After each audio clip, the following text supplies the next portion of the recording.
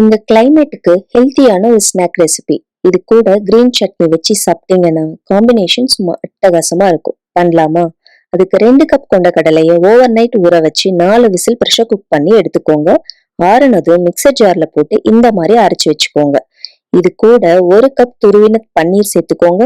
கொஞ்சமா மஞ்சள் தூள், காஷ்மீரி மிளகாய் தூள், மல்லித்தூள், ஜீரகத்தூள், garam masala, chaat masala, ginger garlic paste, தேவையான அளவு உப்பு சேர்த்து இது கூடவே கொஞ்சமா மல்லி இலை, கொஞ்சம் கர்ட் சேர்த்து இந்த மாதிரி பிசைஞ்சு எடுத்துக்கோங்க.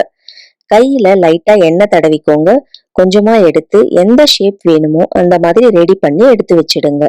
இப்ப ரெடி பண்ணி வச்ச கட்லெட்டை தவால போட்டு கொஞ்சமா எண்ணெய் விட்டு மீடியம் ஹீட்ல எல்லா பக்கமும் வேக வச்சு எடுத்தீங்க அப்படின்னா ஹெல்த்தியான சிக்பி பன்னீர் கட்லெட் ரெடி. நம்ம ரெகுலரா பண்ற போண்டா பஜ்ஜிக்கு பதிலா ஒரு வாட்டி இந்த மாதிரி ட்ரை பண்ணி பாருங்க. அடிக்கடி செய்வீங்க.